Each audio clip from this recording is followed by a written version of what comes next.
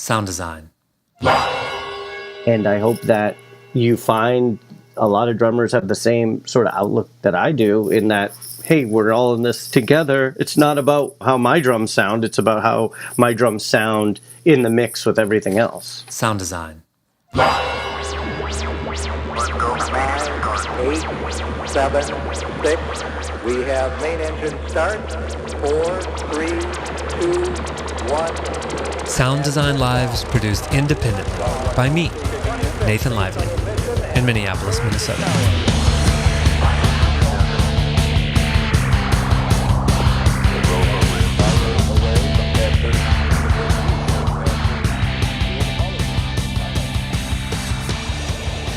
Welcome to Sound Design Live, the home of the world's best online training and sound system tuning for live sound engineers, guaranteed to improve your confidence and consistency and get you more freelance work. I'm Nathan Lively, and today I have something a bit different for you. I have 5 short interviews with 5 different drummers, all about controlling sound level in small rooms. So I was out in California in January visiting some students and coaching clients, and on the drive back from a gig in Moraga Hill, I got into a pretty intense discussion with Tim about the show from hell. So on the show that Tim worked on, basically everything went wrong that could go wrong on a show. And a lot of it made sense to us. This thing happened for that reason, and that thing happened for this reason, and this is what I'll do next time so it doesn't happen again. But there's one thing that we couldn't figure out: what to do about the drums. So the audience was complaining that it was too loud. Normally, this would be a pretty easy fix. You turn it down, right? At the console or wherever. But in this situation, and in a lot of situations like this in small rooms, if you turn down the PA, then it basically sounds like a drum solo. Okay, so they asked the drummer to play quieter, bring down his level. That didn't work. They could have tried a drum shield or a drum booth if they had one, but that would have kind of ruined the lighting and scenic effects that they have, and those are really important to the client. So they're kind of out of options. So Tim and I were talking about this for a while. We were kind of running around in circles, trying to think of ideas, and finally I said, we got to get to the bottom of this. So what I have for you today is a collection of some of the best insights into this question of how sound engineers and drummers can work together to deliver better results for our clients and our audiences. So let's start with some introductions. I'm Go-Go Ray, currently drumming for the Paul Nelson Band and Cassie Joy from The Voice. My name is Jason Willer. I'm from the San Francisco Bay Area. I've been a touring and professional drummer since I was a teenager, since I was about 16. I play drums with Jello Biafra formerly from the Dead Kennedys. My name is Jonathan Ulman. I'm from Boston, Massachusetts. I've been a session player for about 5 years and been playing in bands pretty much for over 20. My name is Russ Gold. I'm a pro drummer. I've been playing for about 40 years professionally. I live in South San Francisco, California. I play a lot of theater. I've played Rent, Jersey Boys, Wicked. This is Zil Fessler. I play drums in Philadelphia, locally, with a few bands called Pawn Shop Roses and Dead Flowers. And also play nationally with band Rusted Root. Is it true what they say about drummers? Depends on what they say.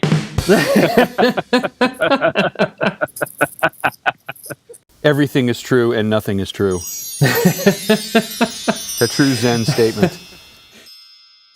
Everything they say is true. Unless they're saying something good. What is something that you feel like you have control over that you can do every time you play to really help create great live drum sounds at every show? I always bring my own mics. I'm a huge fan of the Sennheiser E900 series. Okay. You have your drums, you have your cymbals. Yes, that's part of your sound, but also the microphones are part of your sound. So at least be consistent with that. Have your sound wherever you go. Also, if you're using in your monitors or whatever your monitor situation is, I'm sure that gives you a more consistent sound there as well. Definitely. Now, you're going to laugh about this. Before I started using in-ear monitors, I would just tell the monitor guy to cut the big wedge off. You know how they like to give drummers half a PA? Yeah.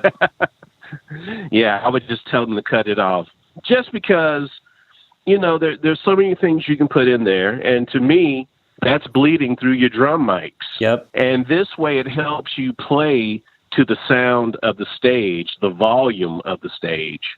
I have 4 condenser mics on the kit, so 2 overheads, 1 for the hat, 1 for underneath the ride cymbal.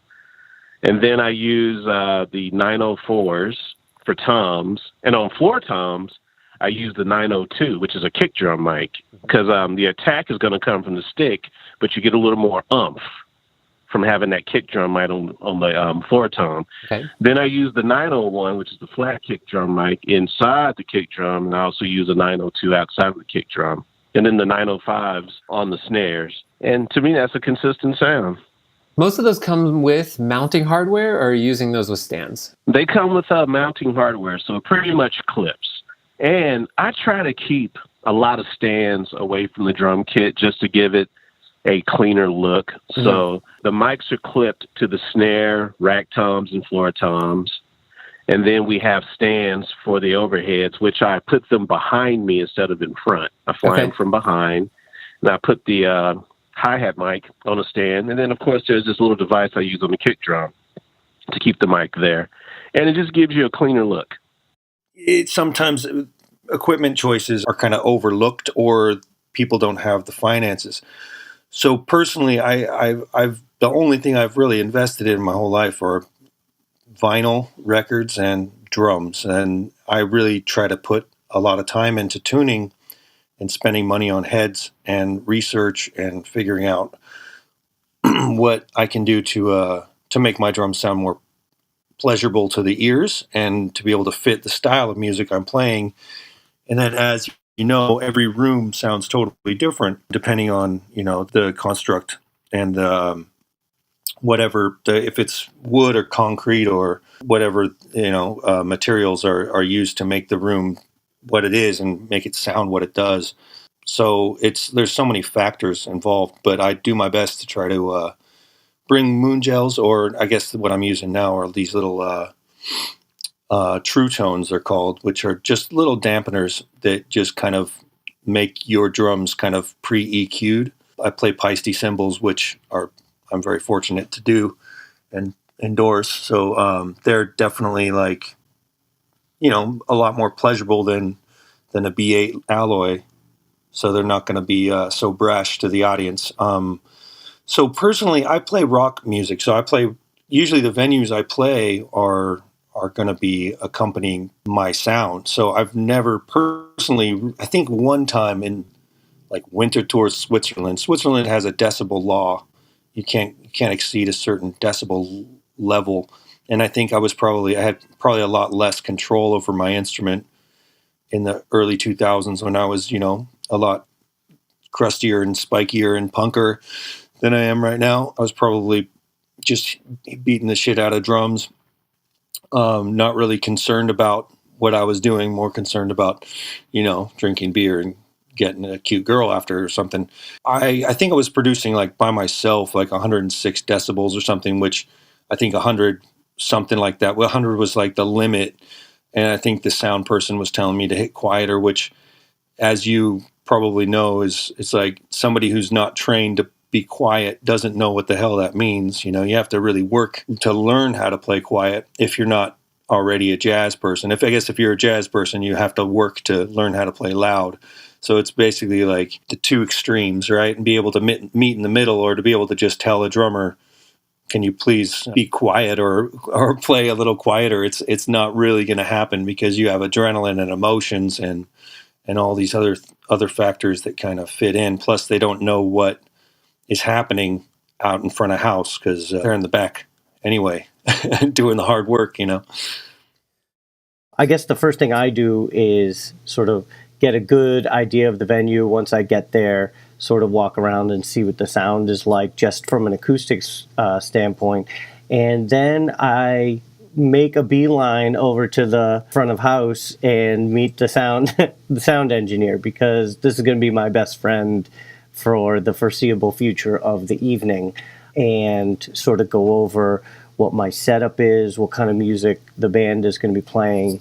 One of the interesting things is, oftentimes we end up using a front of house engineer. So they know the venue very well, but they may not know what, the band is all about. So it's my job to kind of introduce the environment that they're about to be getting into. And I think it's a great place to start with the drummer, because that's the hardest thing to mic for the setup. So if they get a better idea about me, how I'm completely open-minded to what they have to do or what they've been using in the venue. I like to use their expertise. They know that room better than I do.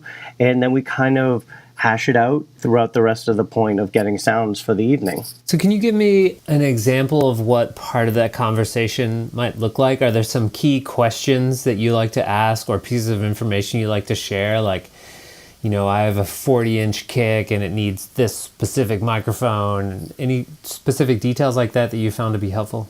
I think one of the big things that conversation-wise with the engineer is, what kind of style, what are my dynamics as a drummer? It's pretty easy to know if I'm a basher, if I hit really hard, do I hit really soft? And especially during, the sound check portion is to make sure that I hit during sound check exactly the way that I'm going to hit during the show. So, I'm pretty open book with regards to that. I usually leave the miking scenario up to them, just for the fact that they know what they're doing with regards to that room, whether they use a D112 or a beta that goes inside the mic. It's it all depends on what they feel comfortable with. A lot of times they're kind of handcuffed with whatever the venue miking assortment they have, and then we kind of go over how many people are in the band, because that sort of implies that if there's a lot of people on stage, then the drums tend to, start losing mics, as more people are going to be performing for the night. So generally speaking, I think you can get a good enough sound with 4 to 5 mics, kick, snare, the toms, and then maybe another mic somewhere else. But generally speaking, overheads can tend to be sort of an as needed situation. But I think mainly the conversation is letting the live sound engineer know that I'm open-minded to whatever they want to do. This is the sound of the evening. The drums play a major part in these tracks, or they're more of backing, background, in the mix kind of thing. And then I go up on stage and I tune my drums to try and find something that doesn't distract from what the audience is going to hear. So I try to make my drums sound very straightforward across the board. The toms don't usually ring all that much. I don't play a lot of jazz, so I don't need to play, have the toms tuned very high. So, I try to give my kit the most warmth it can have. And then if I really want tone and all that stuff, that's what I'll find, I'll work with an engineer in the studio for that. But live, you don't really need to hear like the specifics of why these drums sound so good. They just need to be amplified to a point where they fit well in the mix of whatever else is being amplified for the evening. I make sure that the drums sound good to me. I go in with the mindset that once I'm happy with the way the drums sound, then I don't have a lot of control over what goes out over the system, but I know I've done everything I can for me to sound happy with the way the stuff sounds, and usually that's enough. The other thing, when I'm setting up and getting ready for the gig, I try to buddy up with the sound man as much as I can. I know he's busy, but I try to make sure that we have a really good working relationship, that we're comfortable with each other, and there's a mutual respect there. Because I need to feel like, that he's paying attention, and that I can ask him for stuff, and that I feel confident that I can get it if I need it. That really my goal on every gig is to have my instrument be transparent to me, so that it really, I don't think about the drums at all. I just think about the overall picture and trying to make music and try to kind of transcend the moment and lift everything up. And if I'm focusing on the instrument, then obviously it takes me out of that. I really like the way you say that, because that's almost exactly what sound engineers want too. We kind of like try to figure out all the technical problems ahead of time so that during the event we can really kind of be in the moment and focus. And I guess that's what everyone wants. I think so. Well, Russ, you talked about buddying up with a sound engineer, having a conversation with them. Could you kind of give me an example of what that sounds like? What are some of the questions you like to ask to kind of just make sure you're on the same page? Well, I kind of stay out of the guy's way and don't ask a lot of questions. A lot of guys want to talk shop and go over mics and stuff like that. And I've done that in the past, and I feel like you're opening up a can of worms sometimes. I'd rather not distract the guy. I know there's a lot going on. Oftentimes I'll ask if I can help by connecting things or running cables or whatever. Generally, it's rare that someone will accept help from me, and especially on the bigger gigs, because they've got guys to do that, and they've got their system, and I don't want to mess up their flow as well. But just to let them know that I'm on their side, and I know it's not a lot of musicians going in are very oppositional to the sound people. I've seen some really bad behavior by some musicians with the sound people, and I think that's ridiculous. They're your conduit to get the sound out to people. So if you don't have a comfortable relationship, then you're kind of screwed. I agree. Give me an example of bad behavior. Well, there's a bass player that I've played with who, of course, I'll go nameless, although he was kind of maybe overstepping his thing by not talking to the bass player first before doing it, but I think he probably plugged a cable into the line level out of his amp without asking the bass player first to do that, and the guy just completely blew up, the bass player. Oh, wow. And shouted at the sound man and really belittled him and made a big scene, and I thought it was kind of insane. I mean, that's the purpose of that output, is to accept a 1/4-inch plug, and it's not like you're doing brain surgery on the guy's amplifier. Well, it's really different depending on the venue. If I'm playing, a smaller place, one thing I like to do a lot of times is if I can get someone else to kind of play the drum kit, and I can walk around the room a little bit and kind of hear how the room is reacting to my equipment. Because sometimes I'll notice in those scenarios that the cymbals are really abrasive or something, and maybe I shouldn't be crashing on the cymbals a whole lot all night long, because it's going to really wear on the audience's ears. When you start getting into using sound engineers and stuff like that, it starts to become more in their hands. But again, I think the best advice is to just try to see if you can hear the room from someplace other than right behind the drum kit. That's really interesting. And I think really breaks one of the biggest problems that I've noticed, which is that I think it's really hard for anyone to have an experience of what their instrument sounds like besides, being right in front of it. Yeah, it makes a big difference.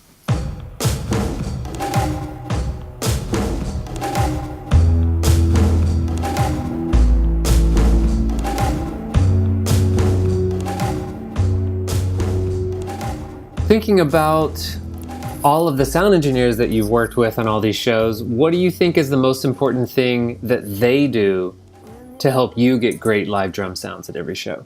Man, some of the greatest sound guys, they just know how to dial it in.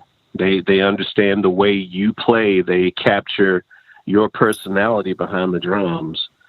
So, meaning that they're just not going to throw gates on you from the get-go. They're not just going to start adding low end to the kick drum all of a sudden. They take the time to listen to what's going on, and they understand how you are as a player, how you play as a player, and they just tailor it to that. And that's been some of the best experiences. Sounds like it's a lot of being transparent, so just letting the work that you're already doing come through, but also syncing up with what you're trying to do and, amplifying it in a good way.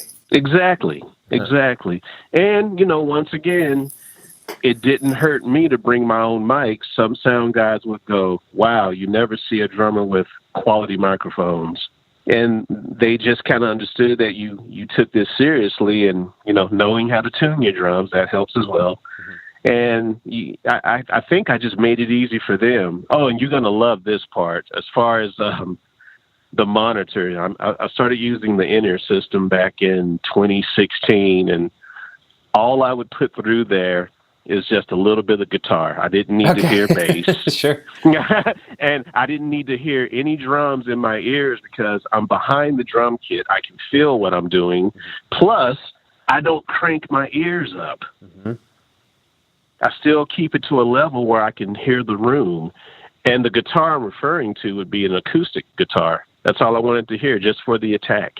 That's really interesting. I think you kind of have a unique approach. I have only ever, I think, worked with one other drummer who said, you know what, I don't need a monitor because I'm really close to everyone and I can hear my own instrument. That's like the only time that's ever happened to me. There you go. And that was true for me for a while. Whenever I was playing with this one group, we would be opening act, and I would just tell the monitor guys, like, man, don't bother setting up a wedge. We're opening. We're close to each other. Don't worry about it. We're going to hit this 45-minute set, and as soon as we hit the last note, drums are going off the stage. Mm-hmm. And they appreciated that. Yeah. Plus, once again, I had my own mics. They appreciated that. Lately, I've been fortunate enough that we have our own front of house that comes with us on the bus and travels. And that, to me, is the most important thing. I know that that's kind of a luxury for a lot of up-and-coming bands. They don't have the funds to be able to pay someone, or aren't fortunate enough to know a sound engineer that will be able to just travel with them. To me, that's probably one of the most important things for front of house, is to have our own sound engineer. And I think communication, like real clear communication, is probably one of the first and foremost important things. In a venue, generally speaking, the drums can be heard whether they're mic'd or not. So now it's just a matter of amplifying them so that it's pleasant for the audience to hear and it fits well in an overall mix for the evening. But I think for the front of house engineer, one of the big things, and you can really find who's really professional and really knows what they're doing, is the engineer will speak to the drummer, is say, oh, who's the drummer for the evening? Let's go over our setup for the night. And that just shows that they're ingrained in making the evening sound really, really nice, and they want to know all the information they have, because once the show starts, we can't really have that conversation. Mm-hmm. So, having the conversation about what my setup is, what kind of sound I'm going for. And another thing that's really great is when the engineer lets the drummer set up the drums prior to setting up the mics. You oftentimes find that if there's a rush or the things are running behind, is as the drummer's setting up the drums, the engineer's also trying to mic it at the same time and get kind of kill two birds with one stone. But you find that the drummer's going to hit naturally when they're sitting behind a kit that feels natural to them. So let the drummer set up the kit first, and then say, okay, is this mic going to be in your way? How high do you raise your hand when you're playing on the ride cymbal or the crash? Where's your swing pendulum? And that way I can place the mics so that nothing gets hit in the meantime. So I think working one-on-one with the drummer, at least for a few minutes, really goes a long way to making the night go smoothly. And the other thing is an engineer that knows the room really well and can say to the drummer, hey, this is the reason I use this mic's placement or this mic setup. We do a lot of these types of shows here, so this is what worked really well. Like, I'm not going to argue with that. It's just like going into a studio situation and say, you tell me what's best sounding in this room, and I'm going to go with that.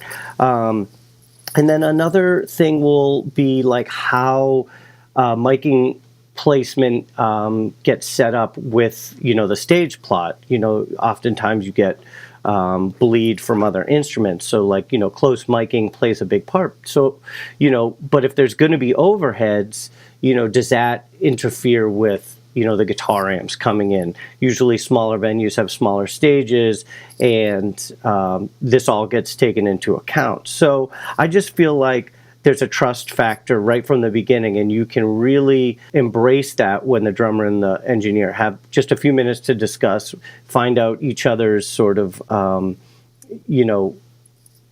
positive moments in the beginning of the night, in that way moving forward to making the night a success for everybody involved.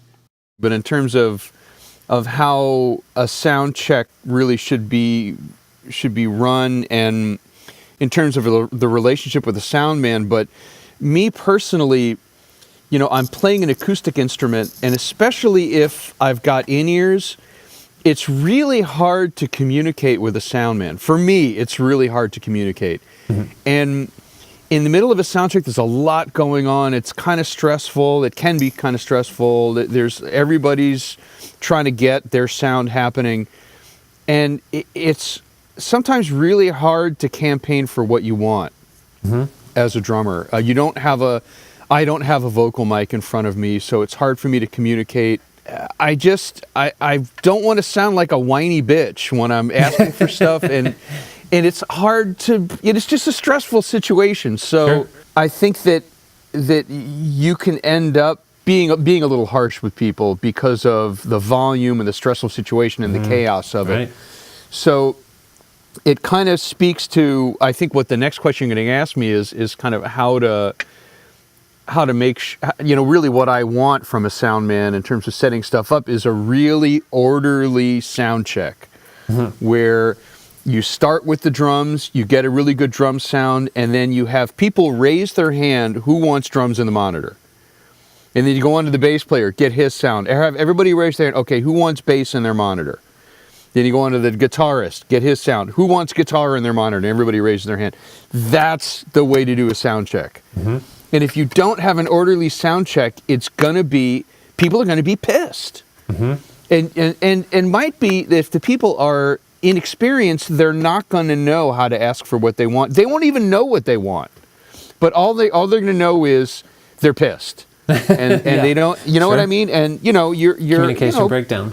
You're assuming a lot that somebody that plays guitar or drummer or whatever, that they have enough technical know-how to understand what's going on in a sound check and how to ask for what they want, and then how to adjust their mix so that they're comfortable. And you know how that goes, that you can have like a 10% difference in a bass drum sound in a mix, and it completely changes the emotional experience of what you're getting back from the band. So it's hard to go from I want this to be a really exciting experience to all of a sudden I feel like shit about what's going on here, and I don't know how to fix it, and all I know is this sucks. And the sound man sucks because suddenly my world sucks. So I think that the more orderly the sound check in the beginning, that people can conceptualize what's happening in an orderly way. Okay, there's the drums. Here's the drum sound. Are you happy with the drum sound? Okay, here's the guitar. Ding, ding, ding, ding, ding. Okay, now everybody, we're going to add guitar to your mix. Are you happy with the way the guitar sounds? Now we'll go to the next thing, and people can, you know what I mean? I do know what you mean. As opposed to you just throw everybody up there and you kind of get everything happening, and then you run through a tune, and people are supposed to get a good mix going with everything happening all at once.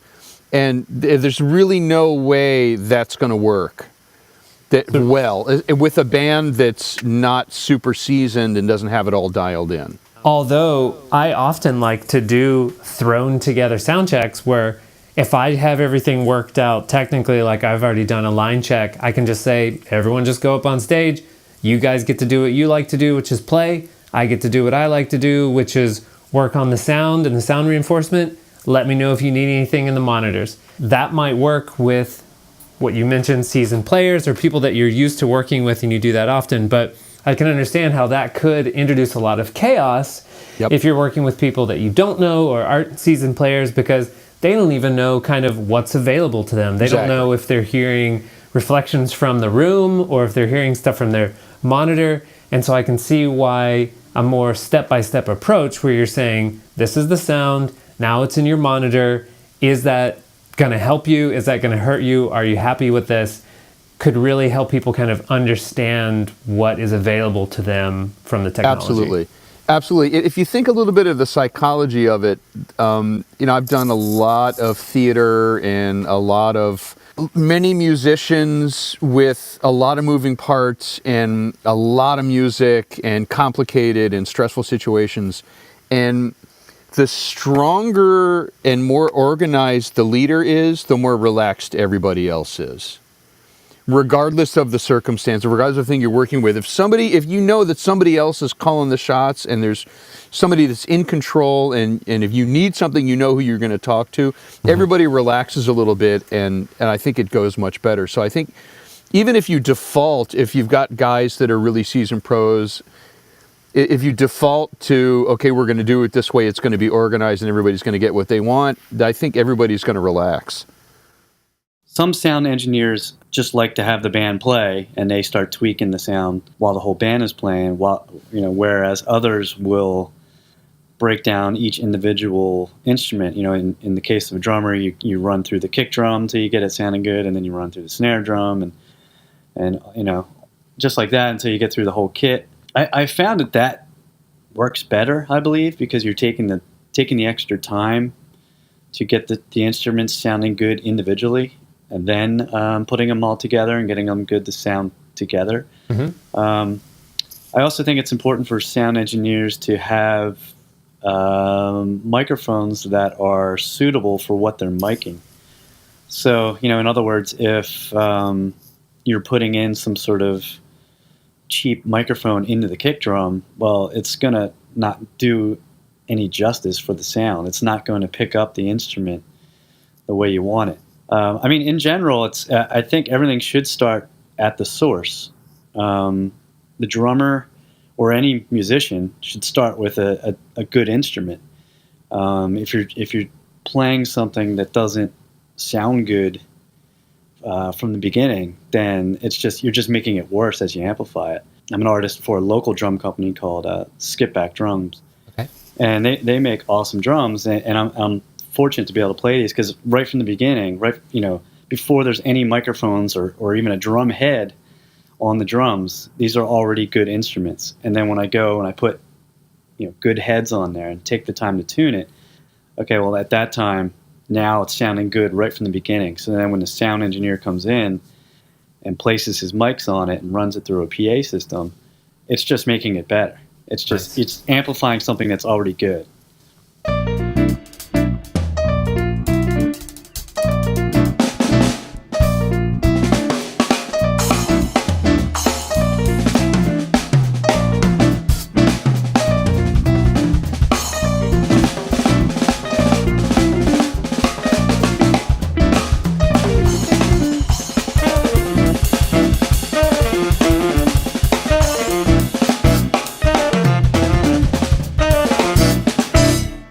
As a sound engineer, can I have more control to lower the drum volume if I need to, bring it up if I need to?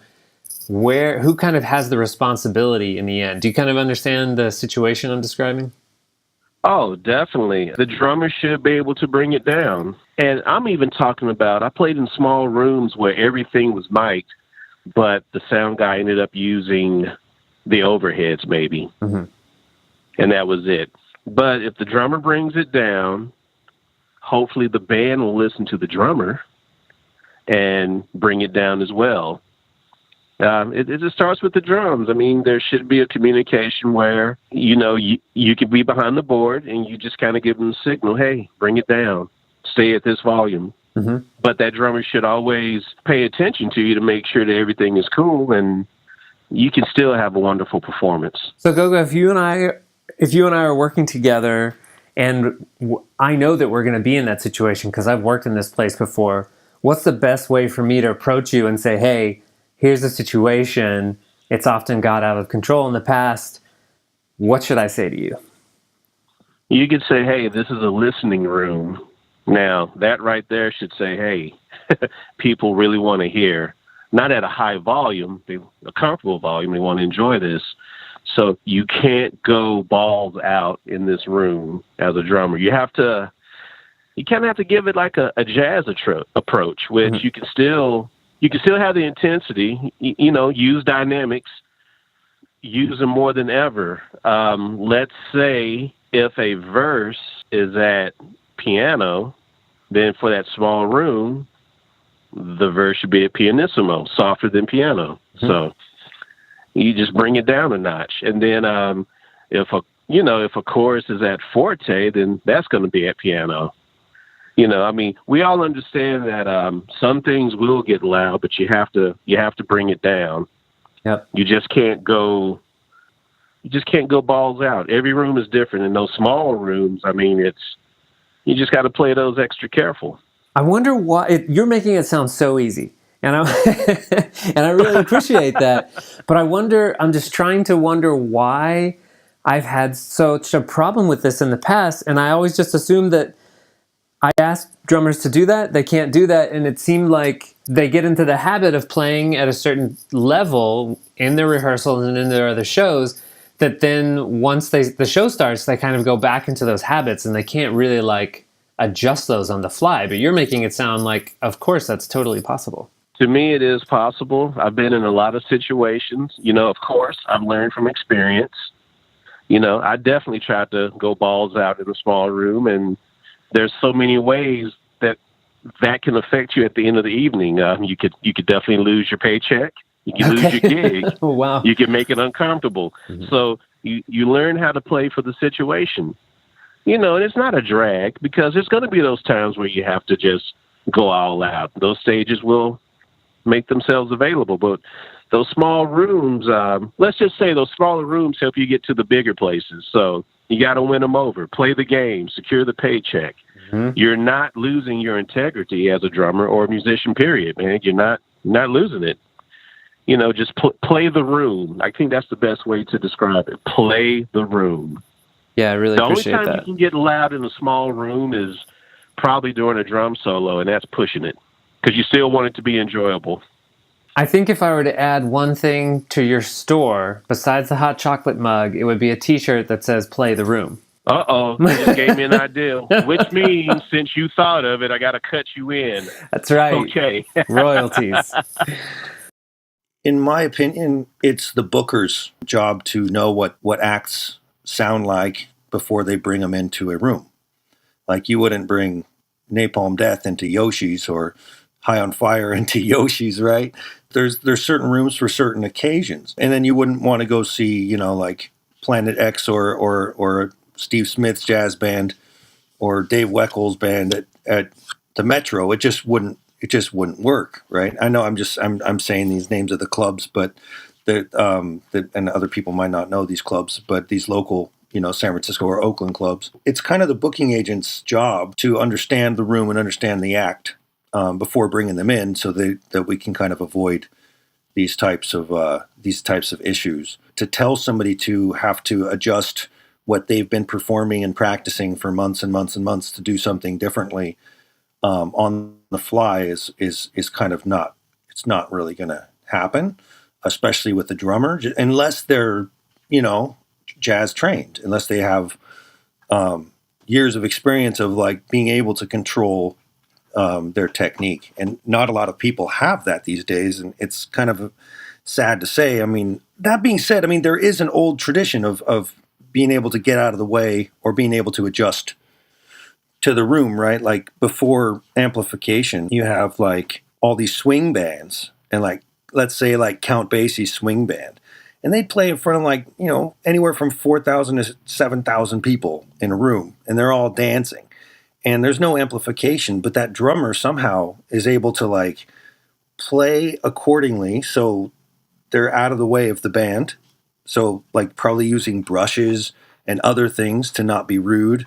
They weren't able to crash on the one back then. They had to crash on the four, so they'd stay out of the way of the music, but then also be loud enough to be able to make people dance. You got to think about the skill level that band had pre-amplification to be able to rock the house and at the same time, serve the music and stay out of each other's way. It's pretty phenomenal to think about. It really boils down to communication, in my opinion.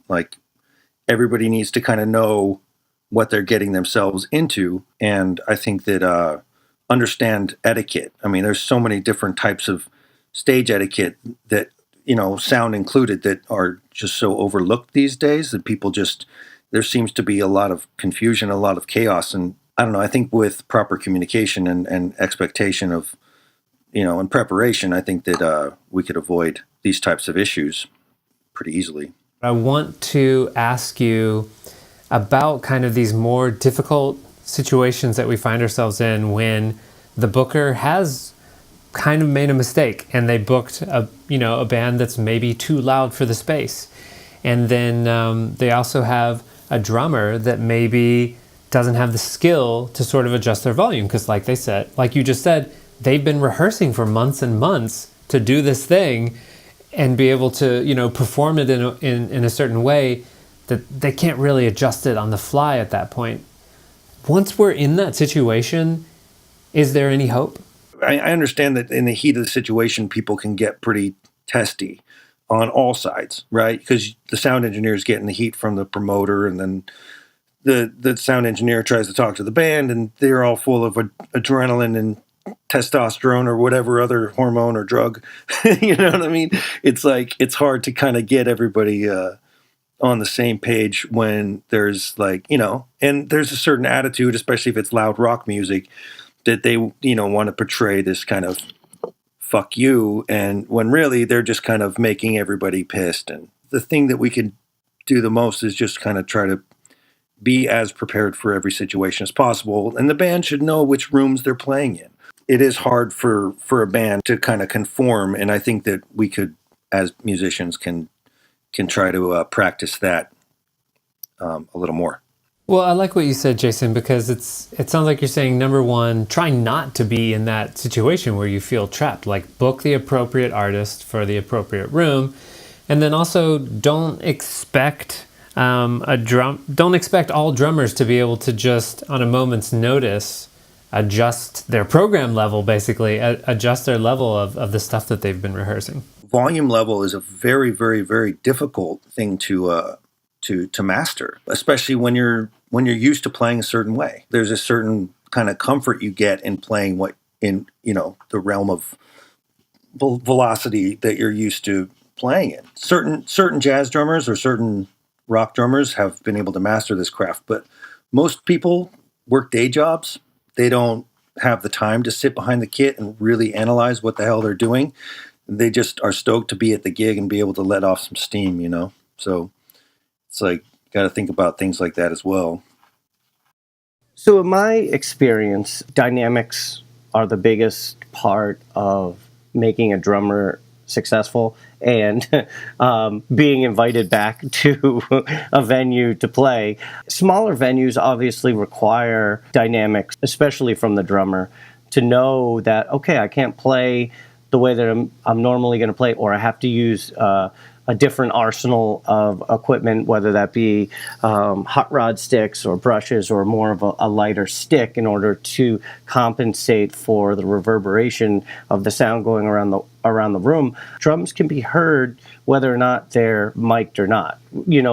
So if you're in a small room and the drums sound good in the mix with everything else being mic'd and amplified, then that's sort of the benefit of being able to pull back on one instrument and allow it to find balance with whatever else is on stage. It goes back to having that trust and understanding with the engineer to say, listen, these drums are too loud. We need to pull them back. The engineer can do on his end or her end what they need to do. And on my end, I need to know, all right, it's not going to sound good if I'm just blasting away regardless of what else is going on. Finding that middle ground for everything to work out well, I think is an essential aspect to making the overall sound from the stage and to the audience really nice. Okay. So I think that having that, on my end, the dynamics, and having the trust that the engineer is going to know, all right, I have to pull the amplification out from the mix because it's too loud and it's kind of stepping on everything else, then I trust that's what they're going to do. So teach me the best way to approach you. If you and I are working together and I know this room has this particular situation, I'm going to come up to you and while we're setting up and say, hey, Jonathan, this is kind of a tough situation in this room. The drums are often too loud because it's so small, and then I kind of lose control. How do I approach you and kind of get you on my side so that, and kind of say like, I need you to play quieter? Yeah. Well, I mean, for me speaking personally, that conversation is, I look forward to that conversation because that means I'm going to be doing something that is helpful to everybody involved. So if an engineer comes up to me and says, listen, this room can get really loud really quickly, and then things can kind of get out of hand, and then I'll do my part to say, okay, what have you found that works? Is it a matter of me playing softer? Is it a matter of me using, different sticks or anything? Just let me know. I know these songs well enough that I should be able to play them, in any environment, whether, in an arena or in a small, like, coffee shop. You know what I mean? I don't look at that conversation as a negative thing. I kind of look at it as somebody giving me like a cheat sheet before time, because I don't want anybody to come up to me after and be like, man, the drums were so loud. That's the last thing I want to hear. So if you can give me sort of the cliff note, answers, prior to the show beginning, that's going to be great. I'll adjust as a drummer. I'll adjust as a professional musician to whatever needs to be done. But I'm using you as the expert of that environment to tell me what works best. Maybe the drums go in a different location or something like that. So I look forward to that. The interesting thing about what I do as a session player is I could be playing,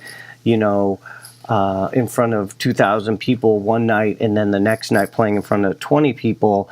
My venues, switch across the board from a day-to-day basis. So I do need to know how to evolve and adapt to whatever the environment is. Whereas somebody who's on an arena tour kind of only knows arenas, for an extended period of time. If you tried to take that same set and put it in a coffee shop, it's not going to go well. So for me, I have the added benefit of playing different places every night, drastically different places and drastically different sizes, so that I've been able to adapt. And I use the sound engineer like my most valuable commodity for the show. Okay. So Jonathan, you mentioned what works best a couple of times. I feel like maybe that's a key phrase that I could use when I approach you and I say, hey, Jonathan, in this room, what works best is if we, keep the drums over here, and also if you can probably play at about 75% of what your normal volume in a larger space.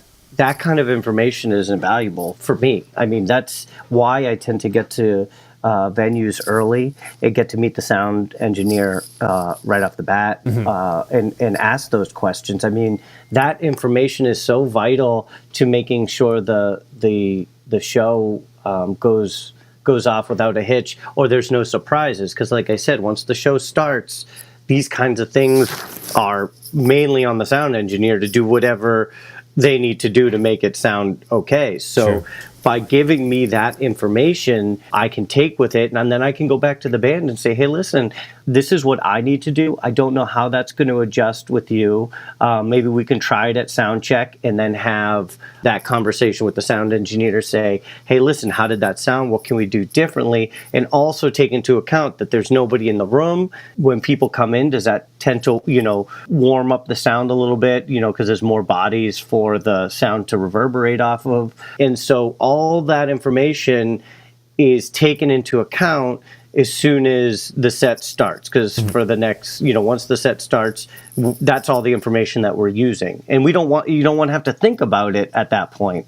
You want to look at the sound guy and have him, waving his arms and saying this is too loud. you kind of want to look out and see that. Usually what I do is on the second song, I kind of look out to the sound person and sort of give a thumbs up, thumbs down, and then we can kind of go from there. But if I see a thumbs up, this is sounding good, they're still making small tweaks at the soundboard, then I'm happy and I can focus on the rest of the set. Nice. And Jonathan, you also mentioned sticks. So tell me about sort of what you have available that I can talk to you about. I thought that if you have different sticks, I didn't know that I could just ask you and say like, hey, could you play with rods or can you play with brushes instead, because we need a lower volume in this smaller room? Like, is that something I can request? Yeah, absolutely. I usually have, for any show, I usually have, my sticks, mallets, brushes, hot rods, or, some sort of assortment of softer sounding sticks that aren't necessarily like wire brushes. What I tend to do is if there's going to be, if I'm playing like the House of Blues, or something like that, I'll get on stage and I'll use sticks. They're probably not going to say, hey, this is too loud. But a lot of times is when you're playing in those small coffee shops, you're playing in a lounge. That's when I say, hey, listen, this is what I have. Does this help? They may say, no, we tend to use, sticks are fine. But the sound check portion of the evening is, the best time for these things to kind of be tested out. The one problem with using rods or brushes is it's a completely different engineering of the sound. So it wouldn't work very well if I started out the night with, some sort of rods, and then I noticed that like people are really into it and maybe we could get a little louder and then pull up sticks.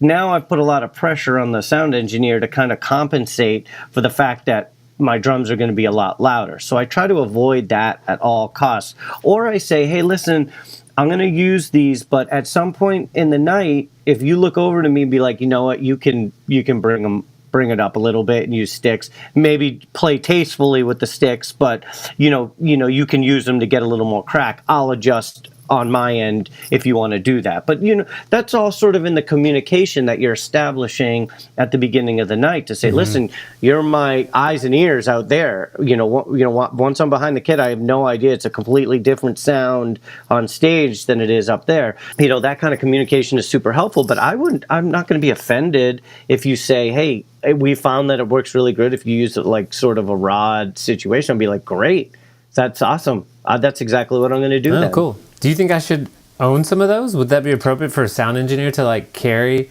some rods, or like, I don't know what the other options are available, and have those potentially in case I offer that and someone says, oh, I would do that, but I don't have those, and I can say, well, I have some right here. Yeah, I mean, that would be, you would look really professional, I think, if you were. I honestly, the funny thing is having this conversation with you is interesting, because in my perspective, if you said that to me or you had those, I'd be like, this is awesome. I wish I could play this venue every night with this gentleman who's has all the things that we need to make this be a successful evening. But then you're going to meet people who be like, absolutely not. Those are the silliest things I've ever seen, and I'm going to use sticks. In which case, that's already giving you the personality of a musician who doesn't want to adjust and just wants to do what they're going to do anyway. And you're going to come across, both people throughout your life. So for me, yes, I'm completely open to anything that makes the show sound good. And that's why I tend to get a lot of gigs or get a lot of callbacks, or at least be recommended as, hey, you know what? This drummer was really accommodating and they did everything to make the night a success. Or at least there was this major piece to the instrumentation that I didn't have to worry about, which is the drums, which is always something that people end up having to worry about because it's usually the loudest instrument. So you should have them, I would say. That's not your responsibility to have them. Jonathan, this is the perfect opportunity for you to plug your sponsors and say, you need to get the Zildjian low-volume cymbal set, and you did not take the opportunity. I mean, I've definitely used them in situations, and it's pretty awesome to have that versatility. But I would say I'm very very fortunate, and I do not take for granted that I'm endorsed by 8 wonderful companies. I use Ludwig drums, Zildjian cymbals, Vickforth sticks, Evans drum heads. For in-ear monitors, I use Westone in-ear monitors. I use 2 accessories that I have on the drums, big fat snare drum, which is fantastic for getting that fat sound you need on the drums, and also use drum tacks, which are a great situation to another muffling situation. And then to drum tacks. Yes, it's kind of like, in the same vein as moon gels. And then to protect all my stuff, I use protection racket cases. And so I'm very fortunate that these companies support me and what I do. But I would say having a good arsenal of equipment, not to say you have to spend a lot of money, but just as you're going through your career as a drummer, to have an arsenal of equipment that keeps you versatile in lots of different situations. It would be nice to be able to play the same size venue every night with the same sound engineer every single night. But that's not the case. And you end up having diversity in so many different areas that you need to be prepared for whatever the environment throws at you. Secretly, I was hoping you were going to come in and say, hey, everybody get the low volume set, problem solved. But it's not that easy, right? It's like you need an instrument that sounds good, and you need to play it in a way that sounds good in the space. Yeah, I think one of the best pieces of advice, that I could give would be to be a drummer that adapts well to situations. I think that the more hindered you are about being open to trying new things or taking suggestions from someone who's obviously an expert in that room, is going to be detrimental to the rest of the evening. So, what is everybody's overall goal is to make the show sound good. So why not play, your role in doing what needs to be done on your instrument to make sure that it sounds, the best it can be. So it's not a personality trait that a lot of people have, but as a session musician, in order to get, repeat work with artists, you have to be able to adapt to whatever the environment and whatever the show calls for. And so you can't have an ego in this industry and expect to, progress or make friends throughout. And I want the sound person to be my friend for the evening. So whatever has to happen. And then at the end of the night, say, hey, you know what? This went really smoothly, and a lot of it was because of you and your honest suggestions at the beginning of the night. I don't know. I have this idea that there's a fear that maybe a performer feels like they won't be able to do what I'm asking, and so then that might also make them feel like saying no. If you said to me, play differently or take your dynamics down or play with these other instruments in your hand, I would be okay with that just because, that's a day-to-day thing that I have to do. But for someone who isn't there for you to, say play differently, that is going to make them apprehensive, and that may get them to feel uncomfortable on the drums. So there is a way to have that conversation without making them be like, oh my God, what do? I only know how to play these songs this way. You know what I mean? Whereas they can still come at it and say, okay, basically what I'm telling you to do is this room echoes a lot. Even if there's people in here, we got concrete walls everywhere. The sound bounces quickly and it can get out of hand very quickly. So please take into account that when you're playing, and play thoughtfully. I don't want you to change your parts or change how you're playing. Just play thoughtfully, and we can at least start from there. Rather than being like, can you use these different sticks, or can you play at 75%? I don't know if you golf. It's like somebody saying like, take your swing back 75%. That's going to screw you up on your on your follow through because you're only used to taking a full swing. You know what I mean? Okay. So just having the conversation to say, listen, this is the situation of this room. How would you adapt? If somebody asks you, hey, can you please talk softer? You know how to do that. Like if you're in a library and say, hey, you're talking too loud, you know how to change the volume of your voice so that you're talking softer to accommodate the acoustics of the room. You should be able to do that on your instrument too. I can start by just kind of describing the problem, describing the situation, and not start with adjustments that I'm asking you to make without even hearing you play. Exactly. And you could have that conversation in the beginning, or you could not have that conversation until you hear how sound check's going. And you say, hey, listen, this is what it sounds like out there. I just want to tell you from an honest opinion, even if we get 50 people in this room, it's not going to change too much. So I can't hear your lead singer. Your guitarist is getting completely blown out, and your bass player is inaudible. So if we come together as a group, you and your band discuss how we can make this a little more even. That kind of conversation, would be a nice thing to be able to have, but it doesn't often happen that way. But usually it's the drummer that needs to accommodate and sort of find the balance with their instrument to make it match better with the other instrumentation on the stage. But also you may find a sound person that's been working 10 nights straight and hasn't slept in a week, and they really don't care. This is their last day and they finally get a day off tomorrow. That always comes into play too. And that's why it takes, a smart drummer to be able to make the adjustments independently, knowing how these certain rooms tend to sound. The most effective thing is to put up a shield around the drums. No drummer likes that, but if that's what you need to do, that's what you need to do. The other thing is, if you've got a good enough relationship with the drummer, to just keep on him. If the guy's a professional, he won't mind hearing that he's playing too loud. And that's pretty much it. And that's all you can do, is communicate with the drummer. And if the guy's a dick, then he's a dick and there's nothing you can do. Okay. The better your relationship is with the musicians, the more you can ask of them without pissing people off, I think. Do you have any more specifics about what works well in a drum shield? Like, does it need to be a certain height? Do I need to have a certain number of panels? Does it need to go all the way around you? Or can I get away with like a shorter one that's just like 2 panels, and will that help too? Well, it all depends on the acoustics and what you're trying to tamp down. I've seen some situations where they've had these small plexiglass shields on boom stands that are just mounted between the microphones and the cymbals.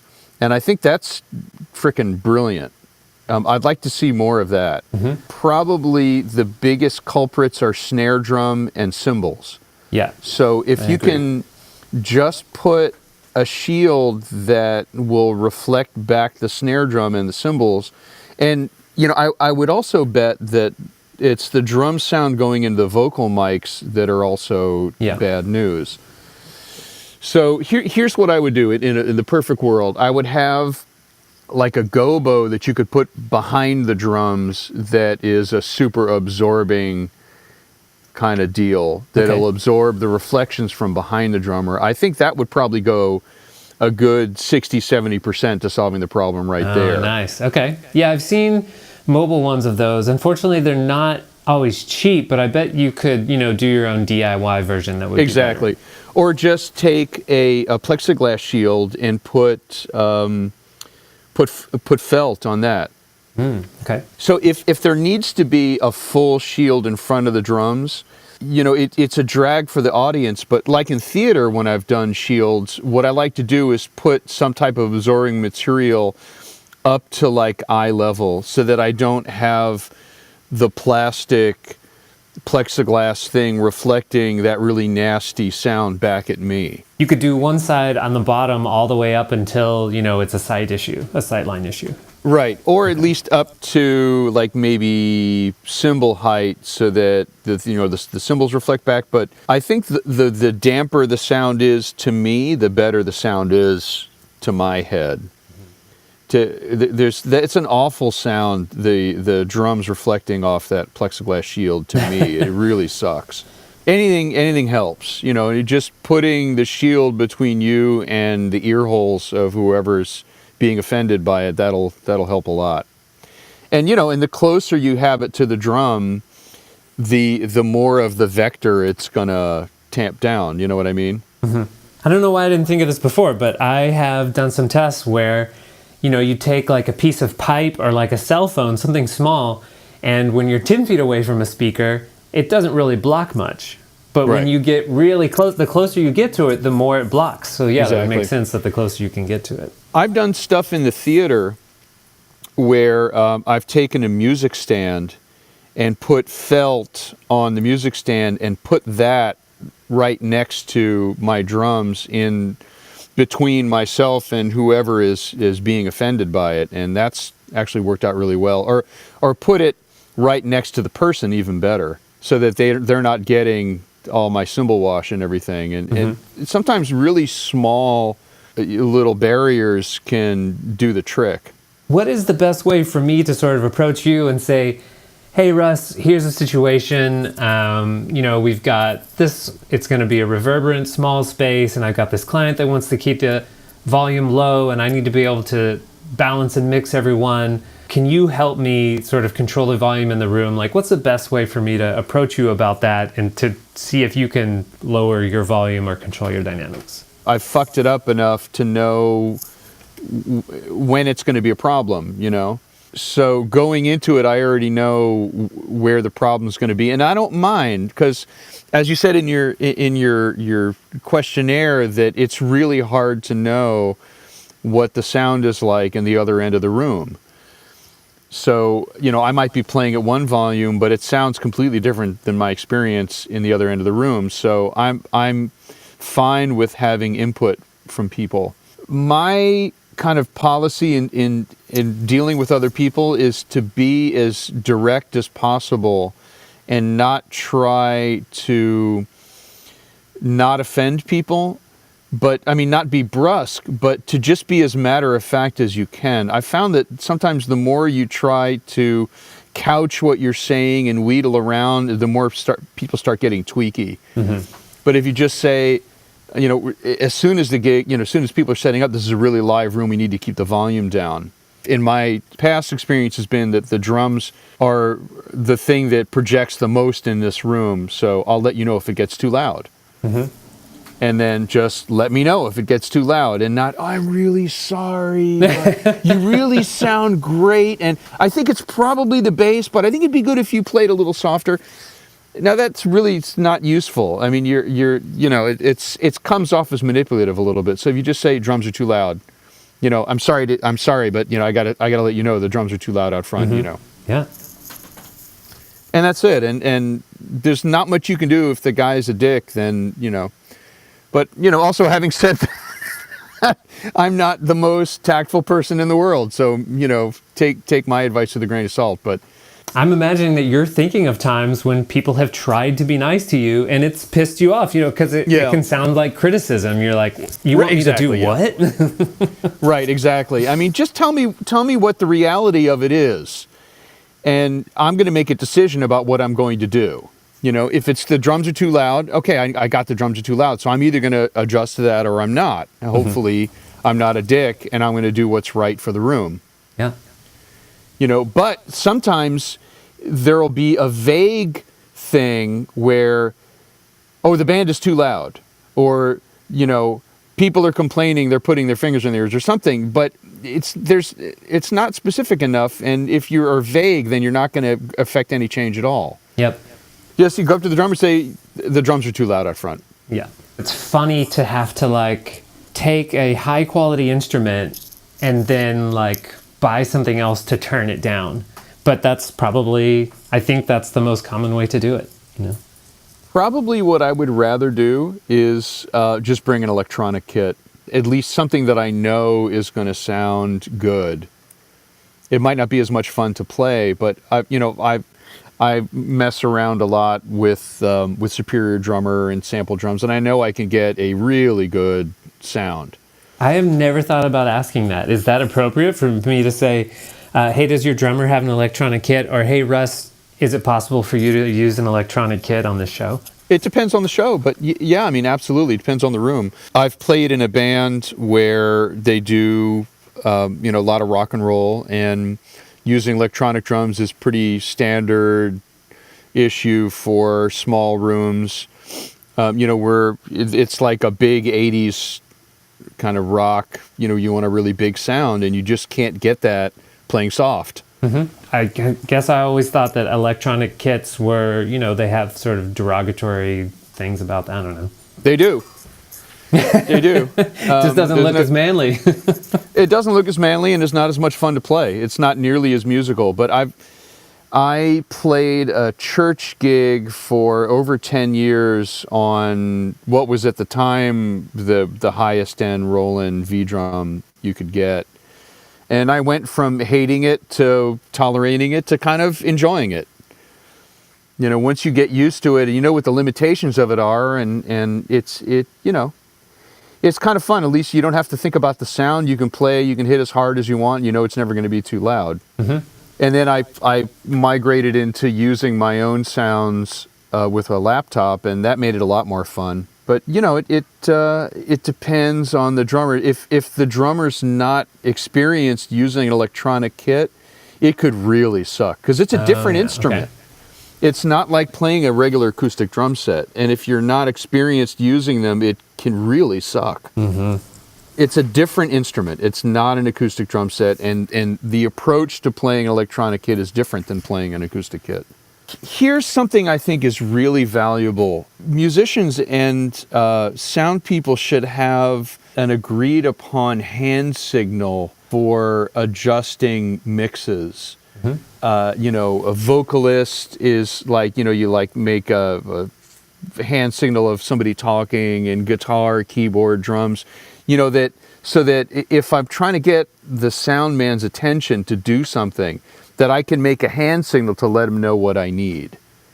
Yes. You know what I mean? So I that like drumming is obviously you're waving sticks around. Bass is like, like maybe you're acting like you're slapping a bass, and guitar is like you're strumming, and keyboard obviously is, you're pounding on a keyboard. And oh, here's the other thing. This is really, I think, separates the really good sound people from people that piss me the hell off. That when you ask for something, when I ask a sound man for something, a change in volume, make it small incremental changes. This pisses me off so bad, where I'll ask for a little more keyboard, and they end up just killing me with excess volume. Yeah. And it ends up creating more problems that it solves. Sure. So please, incremental changes. Yeah. I would rather ask several times for something than ask once and then end up having hearing damage. Yeah. And then get ignored once it happens because I'm suddenly pissed off and, oh, geez, what a dick the drummer is. Yep. Don't want to talk to this guy anymore. Yeah, I mean, what I end up doing is either unplugging the monitor or just turning it around. Because I'm old and irritable. I already have tinnitus. Oh man. So there's only so much blasting I can deal with.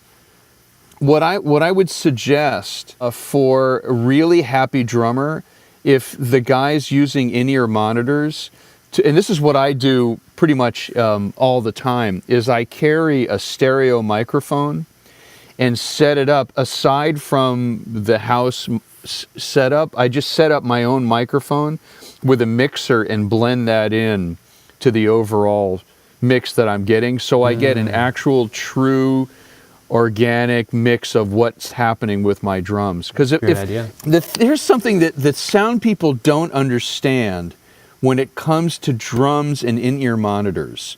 You can't fucking play drums with in-ear monitors unless everything is mic'd, because 100% of what I'm hearing of me is coming through microphones.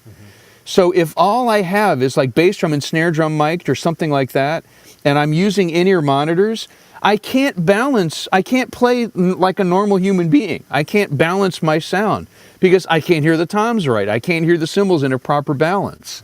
I can't hear the overall drum set like an actual instrument.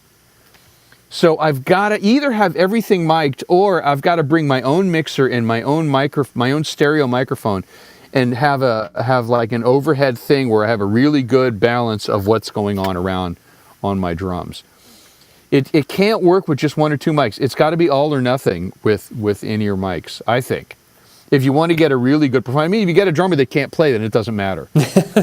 But if you got it that really is trying to do a really good performance and really can play the drums like an actual musical instrument where everything matters and you're trying to get the nuance and the balance, everything's got to be mic'd and it's got to be mixed properly to the in-ears. You mentioned not having a mic a couple of times now, and I wonder if it would make communication more successful if I always set up a mic for the drummer and just put it into other people's monitors and so we could have a conversation. It's an excellent idea. I've played Jersey Boys, toured with them, and there was always a microphone at the drum set for emergencies if I need, with a switch on it. Mm-hmm. So that if I needed to speak, I could pick up the mic, turn it on, talk into the microphone, and put it back down again. Yep. And it's, I think, important that it has a switch because it's going to fuck up my in-ear sound if that mic is on.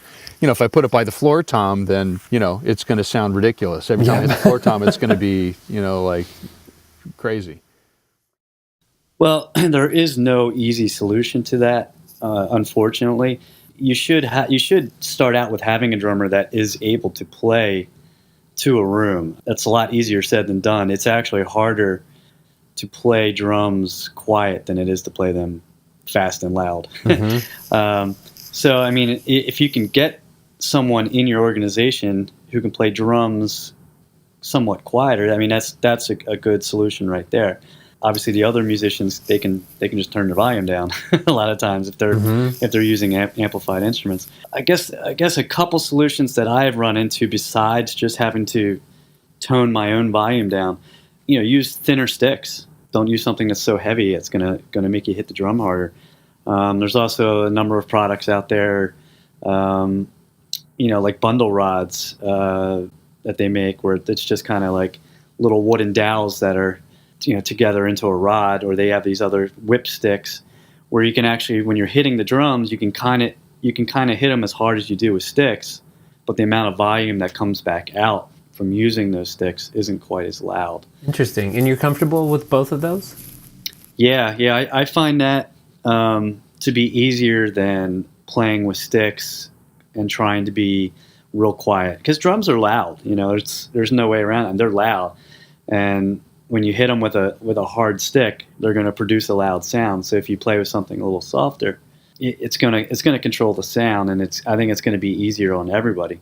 But going back to what I said in the beginning, if the drummer or even the sound engineer can walk around and hear, okay, the cymbals are really abrasive in this room. And they may not be loud. It may just be irritating frequency-wise.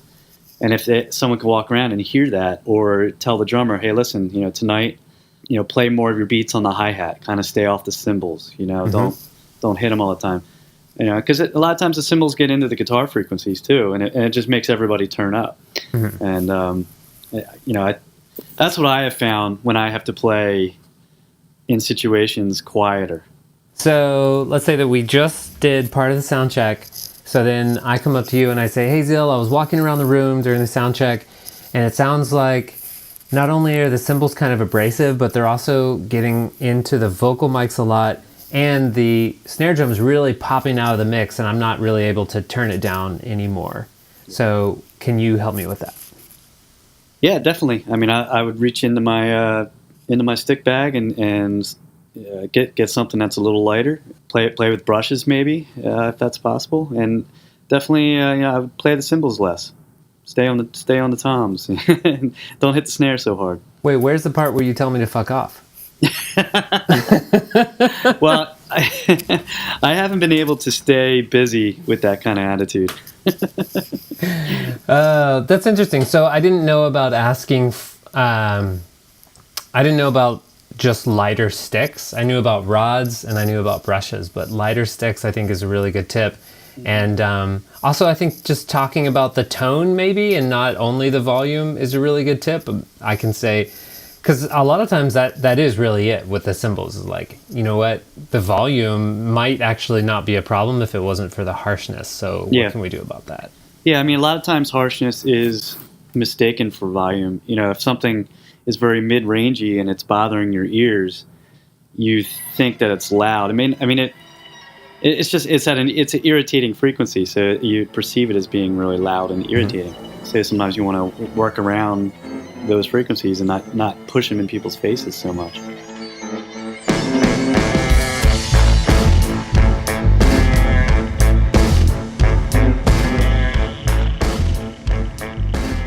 Where's the best place for people to follow your work online if they want to keep up with what you're doing? Oh, wow. Don't hesitate to shoot me a friend request on Facebook. There's also the fan page, which is called Go-Go Ray Drum Counselor. And then I have stuff on Instagram. Look for Drum Counselor. LinkedIn, which I just started using again. I forgot it existed, but it's been a great place to post some videos. So find Drum Counselor on that. So, I am on Facebook and on Instagram, just Jason Willer, just my name. I think Instagram, I'm just Jason M. Willer. I'm at JMU, so Jonathan Matthew Ulman, JMU Drums. I have a website, which is jonathanulman.com. And then, you can get to all the socials from the website as well. I have a website, russgold.com, and I'm on Facebook at Russ Gold, and that's about it, I guess. Oh, the book is called Phrasing: Advanced Rudiments for Creative Drumming, and you can check that out on Amazon and howleonard.com. Best place to find what I'm doing is I have a Facebook page called Drums by Zill, and that pretty much keeps I keep that updated with gigs that I'm playing and photos and things that I've done. Sound design. Wow, that was a lot of information, and you made it to the end, so congratulations. I definitely learned a lot by all of the contrasting opinions in today's interview, and I took a lot of notes. So if you were driving and you couldn't take notes, don't worry, I wrote them all down for you, and you can find them over at sounddesignlive.com. I think my two biggest takeaways from this interview today are, number one, everyone wants the same thing, right? Everybody wants to have a great show and get more gigs so they can have more great shows. And number two, although the simplest solution might be for the drummer to play quieter, not all drummers are going to be able to change the way they play at a moment's notice. So as sound engineers, we need to have a diverse set of solutions to meet the needs of the player, just like drummers need to be able to adapt to a diverse set of rooms. There were several pieces of great music in today's episode from the drummers that I interviewed, and they are all detailed in the show notes for the episode. Sound Design Live is supported by Bob and Ellis, and you can start supporting the show today for as little as $1 per episode over at patreon.com/sounddesignlive. No shell, no pain to mine for. I just am, I can't explain. I feel my mind afloating, caught up in the atmosphere. Sometimes I stop to wonder, will they find me way up here? Well, man, thanks for a very cool interview. I've never been interviewed like this, for sound purposes. And I pride myself on just having a certain way to approach it. Because, I like to play. I want to continue to play. And playing for the situation allows you to just play forever.